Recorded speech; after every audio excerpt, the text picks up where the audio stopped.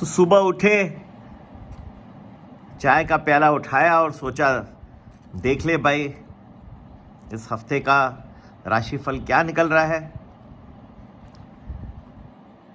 तो ज्योतिषी जी आ गए, बोले आज मैं जून 4 की बात करूंगा जब रिजल्ट आने वाले हैं, वो ज़्यादा ज़रूरी है, आपका राशिफल तो रोज़ देते हैं।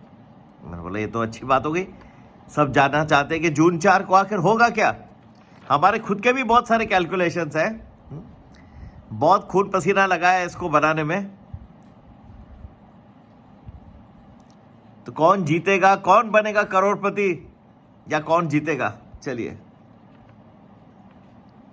बोले बताता हूं मैं। ठीक है बताइए। बोले ये सब डिपेंड करता है रिजल्ट का टाइम क्या है, कितने बजे रिजल्ट फाइनल आने वाले हैं। तो मैंने कहा तो फाइनल तो खैर मुझे पता नहीं है, उस दिन भी कभी कभी थोड़ा और भी लेट हो जाता है, लेकिन मुख्य इलेक्शन के रिजल्ट्स जो है उम्मीद करते हैं कि 1-2 बजे तक तो सब आ ही जाते हैं, 2 बजे तक सब सही है। तो बोले ये सब डिपेंड करता है, अगर 1 और 1:30 के बीच में आता है तो इंडिया का चांस ज़्यादा है, 1:30 और 2 के बीच में आता है फिर भी इंडिया का चांस अच्छा है, उसके बाद में आता है फिर बीजेपी का चांस बढ़ जाता है। मैंने बोला ठीक है भाई, ऐसी तो लॉजिक मैंने समझी नहीं थी कि क्या टाइम पे रिजल्ट आ रहे हैं उस हिसाब से पूरा गेम चेंज हो जाएगा। चाय का प्याला मैं पीते रहा। सुबह जल्दी उठ के सब काम करने पड़ते हैं मुझे, 4 बजे उठ के काम में चालू हो जाता है मेरा, एशिया के बाजार फिर सब कुछ देखते रहना पड़ता है। और इस वक्त तो जून 4 की तो सबसे बड़ी कैलकुलेशंस चल रही है हमारी। भाई और बहनों इतना आसान नहीं है, ये काफी कॉम्प्लिकेटेड है और इस बार बहुत सारे पैरामीटर्स क्रूशल हैं।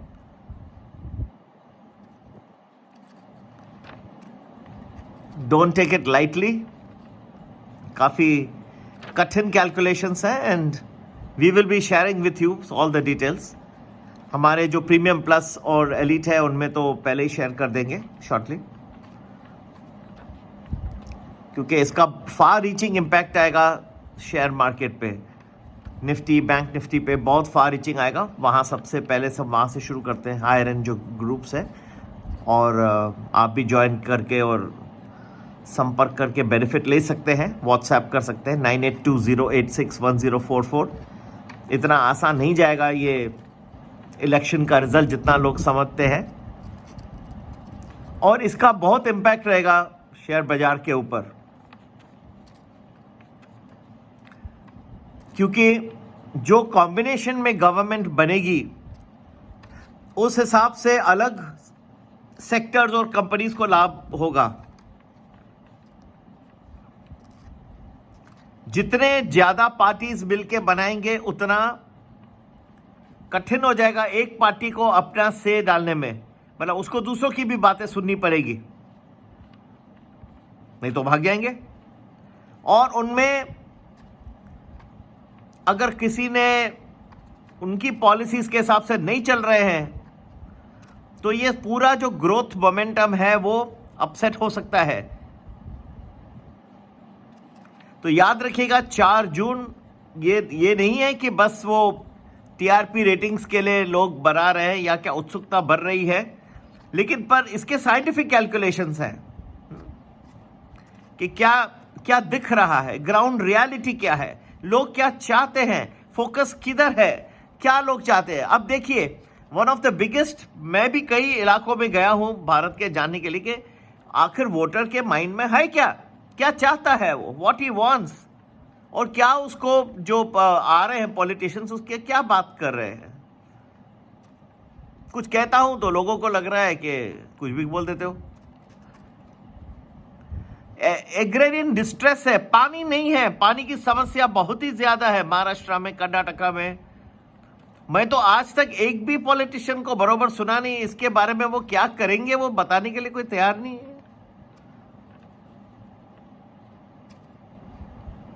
लोग ढूंढ रहे हैं, बारामती में देखिए, हाँ जो इतना बड़ा सुले वर्सेस पवार का फाइट हुआ, हाँ वो तो हो गया इलेक्शन, तो एक गरीब औरत थी, उसे टीवी में मैं देख रहा था, पूछ रहे थे कि भाई मुख्य मुद्दा क्या है। बोलते पानी नहीं है, हमको तो नहाने का भी पानी नहीं है। मराठी में बात कर रही थी। एक वीडियो सोचता हूँ मराठी में भी बना लूँ, एक सोच रहा हूँ मैं गुजराती भी अच्छी है। और एक ग्रुप मेंबर हैं जो वो तमिल में बहुत खूबसूरत बात करते हैं, तो उनको भी अलग अलग भाषाओं में भी सोच रहा हूँ शुरू करूँ। एनीवे, बूढ़ी औरत बेचारी बोलती है, तो बोले फिर आप किसको वोट करेंगे? तो एक नाम पकड़ लिया, बोले पवार साहब के लिए करेंगे। तो उसको बोलते आप तो नाराज हो, किसी ने भी कुछ किया नहीं, तो फिर वोट क्यों कर रहे हो? बोलते भी दिखाना तो पड़ता है ना कि वोट किया। ये ऐसे इलेक्शन कैसे हो सकते हैं? मुझे तो समझ में नहीं आ रही है बात। इतना बड़ा डिस्ट्रेस है पानी के बारे में, पानी की समस्या इतनी बड़ी है, कोई बात नहीं हो रही है। मुख्य मुद्दे क्या है किसी को आज तक समझना नहीं है। इसके लिए वोटिंग परसेंटेज लो रही है काफी फेजेस में। लोगों को समझ में भी आया भाई किसके लिए। 2014 में तो अच्छे दिन थे, 2019 में security of the country play में आ गया।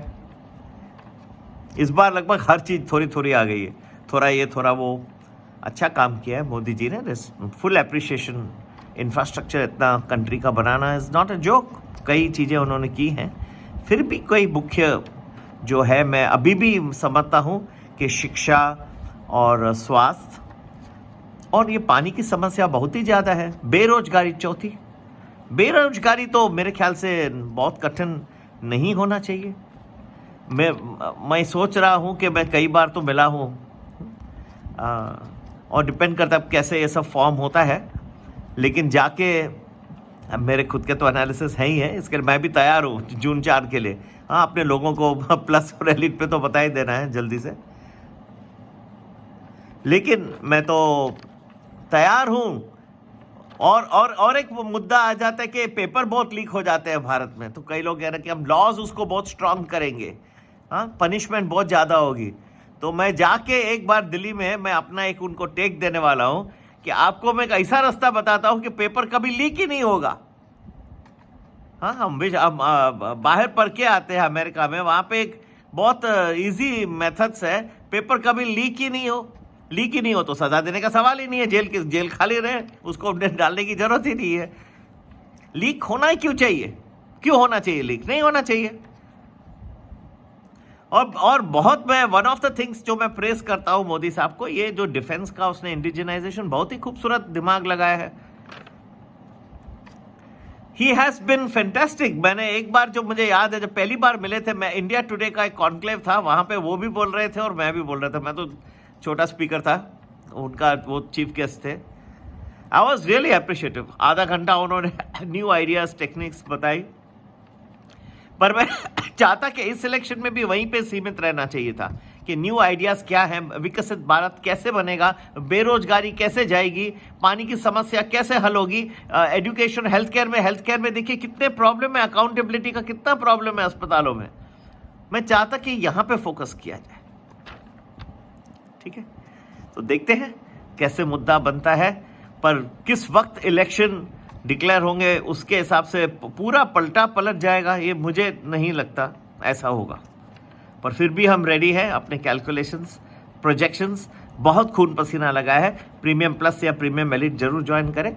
सभी के लिए संपर्क करने का नंबर वही है 9820861044। क्या हमारी एक्सपेक्टेशंस है, मार्केट कैसे रहेगा, इलेक्शंस के बिफोर एंड आफ्टर, सब रेडी। ये 2 ग्रुप्स में हम बताएंगे पहले। ठीक है, नमस्ते, जय श्री राम।